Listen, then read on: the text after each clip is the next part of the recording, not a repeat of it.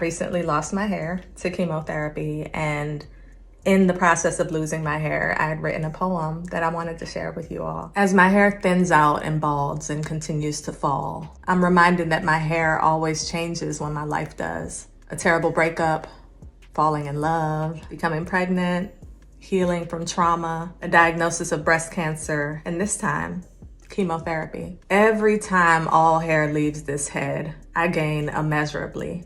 I gained a degree in theater performance, an amazing husband and life partner, a son with the most beautiful soul I've ever seen, the reclaiming of my body, and now I'm gaining. As my hair slowly balds and continues to fall, I'm reminded of my power.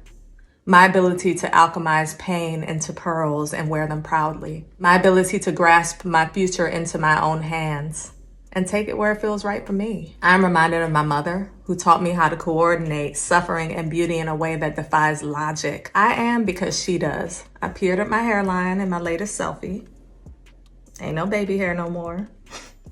Less grown woman hair, but full grown woman here, sailing on the Black Sea as it parts, as my hairline recedes further away from the shore. And I smile because there's no place I'd rather visit than the beach. I continue to gain immeasurably. Thank you.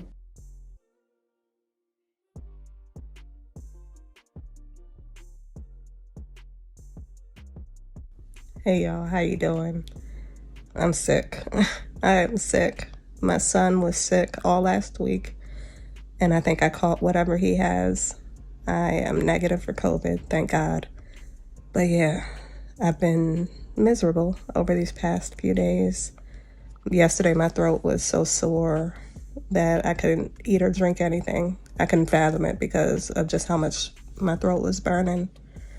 And today is just nasal drip. Last night was the scariest night I've had since starting chemotherapy.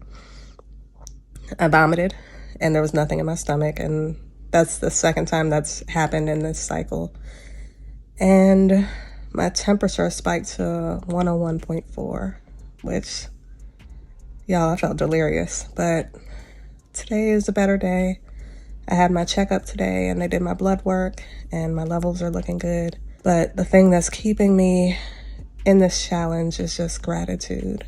Gratitude for the medical team that I have, that they're concerned and want to help me. Gratitude for my family who does so much for me and encourages me.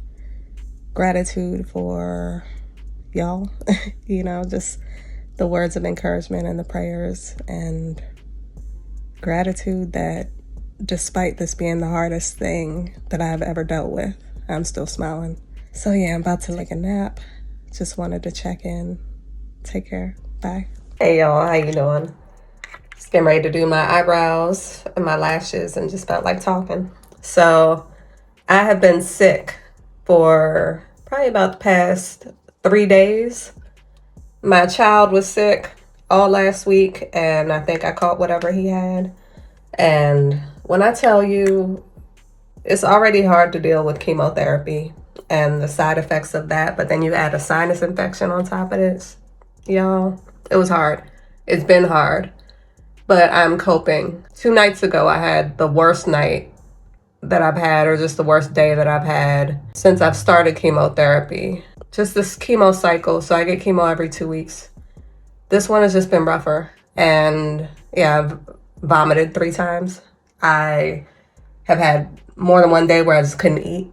It's been tough. It's been tough, but I'm on the mend, and I think it's necessary. Sometimes our bodies shut down and it gives us time to think and just consider our lives and what's going on. And one thing I've been considering for a while is just the concept of throwing people away or treating people as disposable, which I think is what we often do, especially when we're going through things. The thing that I'm recognizing is that a lot of times we throw people away because they don't show up for us in exactly the way that we want them to. And I don't think that's fair. I know it's hard. It's been hard for me, even just with going through this trial, I have a lot of support. Don't get me wrong, I have a lot of support, but it is noticeable who's not supporting or who's not present. I'll say that. And that's hard. What I'm realizing is that you can't, or you shouldn't, I should say, shouldn't throw away a whole relationship just because somebody's not showing up exactly the way I want them to. It's not fair. It isn't, because there have been several times in life where I'm sure someone's been expecting me to show up and I haven't. And that lack of showing up was never lack of love, even though it may have been interpreted that way. It's just everybody got their own shit. Like, that's the truth of the matter. Everybody has their own things. And when we're going through something, it's hard to be cognizant of what other people are going through because we're just so focused on our own struggle and our own journey and all that. But I would rather have relationships that don't always function the way I wish they would than to be right and grudges. I'd rather have friends than grudges. I'd rather have relationships than grudges. So yeah, that's just what I've been considering as of late. Focusing on gratitude has also been something that has been a saving grace for me during this time too. Just focusing on what I'm grateful for, because every day, y'all, when I tell you, every day I notice blessings in my life since I have gotten this cancer diagnosis. God has shown himself to me every single day, even in just the small things. So focusing on that, because that's a much better thing to focus on. I'm out of breath. Hey y'all, what's up? So I am feeling a lot better. Thank you so much for the well wishes and for the prayers. My son is still sick, but we're both on the mend. I'm just pretty stuffy. But yeah, I'm out just getting some fresh air. It is a beautiful day. It is a beautiful day in the DMV. I missed most of the sunlight, but just catching the last bit of rays. The sun is supposed to set at 5:26, and I got it at like 5:10. So I'm supposed to go for a walk every day, but I can't because my baby inside. But just walking around the yard and just soaking up fresh air, and I'm getting really excited for spring. I'm seeing a whole bunch of moss coming in my yard, and that's exciting because that just means new life and growth.